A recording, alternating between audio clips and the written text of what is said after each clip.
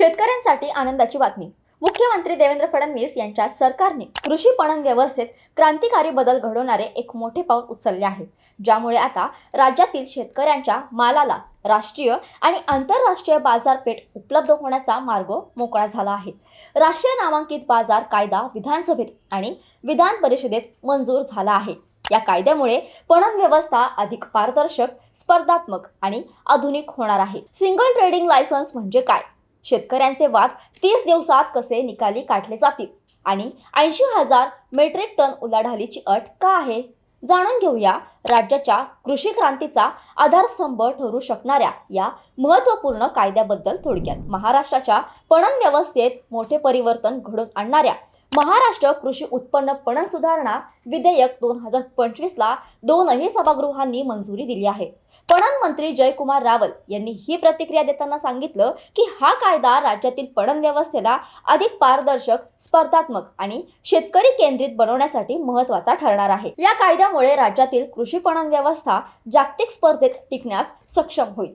अत्याधुनिक तंत्रज्ञानाचा वापर करणे, शेतकऱ्यांच्या शेतमालाला राष्ट्रीय आणि आंतरराष्ट्रीय पातळीवर जलद गतीने पुरवठा साखळी विकसित करून बाजारपेठ मिळवून देणे हे या कायद्याचे मुख्य उद्दिष्ट आहे। जिल्हा प्रक्रियेत सातत्य आणि पारदर्शकता आणणे, ई-नामची प्रभावी अंमलबजावणी करणे, राष्ट्रीय तसेच आंतरराष्ट्रीय कृषी व्यापारातील अडथळे कमी करणे आणि जागतिक पणन व्यवस्थेच्या धर्तीवर अत्याधुनिक सुविधांनी युक्त राष्ट्रीय बाजार निर्माण करणे अशा विविध बाबींसाठी हा कायदा महत्त्वपूर्ण ठरणार आहे। या सुधारणा विधेयकात प्रथमच 3 महत्त्वाच्या संकल्पनांना कायदेशीर रूप देण्यात आलं आहे।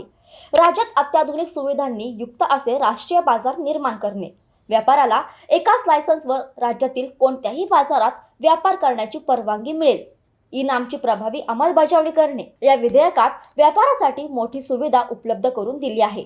राज्यातील सर्व बाजारांमध्ये व्यापारासाठी युनिफाईड सिंगल ट्रेडिंग लायसन्स देण्याची तरतूद करण्यात आली आहे। विशेष म्हणजे इतर राज्यांनी जारी केलेले युनिफाईड सिंगल ट्रेडिंग लायसन्स देखील महाराष्ट्रात व्यापारासाठी वैध मानले जाणार आहेत। यामुळे इतर राज्यांमध्ये व्यापार करताना व्यापाऱ्यांना घेणाऱ्या अडचणी दूर होतील। शेतकऱ्यांच्या तक्रारी आणि वादांवर त्वरित न्याय मिळावा यासाठीही तरतूद करण्यात आली आहे। शेतकरी, विक्रेता आणि बाजार समितीला वाद आता 30 दिवसांच्या आत पणन संचालकांनी निकाली काढणे बंधनकारक असणार आहे। तसेच या निर्णयावर जर अपील करायचे झाल्यास ते अपील राज्य शासनाने पुढील 30 दिवसात त्वरित निकाली काढण्याची तरतूद करण्यात आली आहे।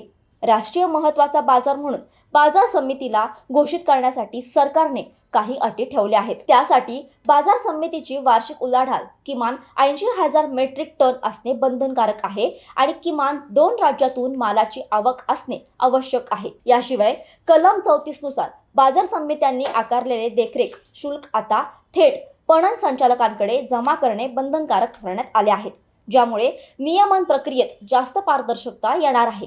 या सर्व सुधारणांमुळे राज्यात एकसंध, आधुनिक आणि स्पर्धात्मक कृषी बाजार व्यवस्था निर्माण होऊन शेतकऱ्यांना त्यांच्या मालाला अधिक चांगल्या दरांचा लाभ मिळेल अशी अपेक्षा राज्य सरकारने व्यक्त केली आहे। हा कायदा महाराष्ट्राच्या कृषी क्षेत्रासाठी निश्चितच एक नवा अध्याय सुरू करणारा ठरू शकतो। शेतकऱ्यांच्या हितासाठी सरकारने उचललेल्या या क्रांतिकारी पावलाबद्दल तुम्हाला काय वाटतं? तुमचं मत कमेंट्समध्ये नक्की सांगा। ही महत्त्वाची बातमी इतरांनाही कळावी म्हणून व्हिडिओ लाईक करा आणि जास्तीत जास्त शेअर करा। कृषी क्षेत्रातील अशाच महत्त्वाच्या अपडेट्स आणि बातम्यांसाठी थोडक्यातला सबस्क्राईब करायला विसरू नका।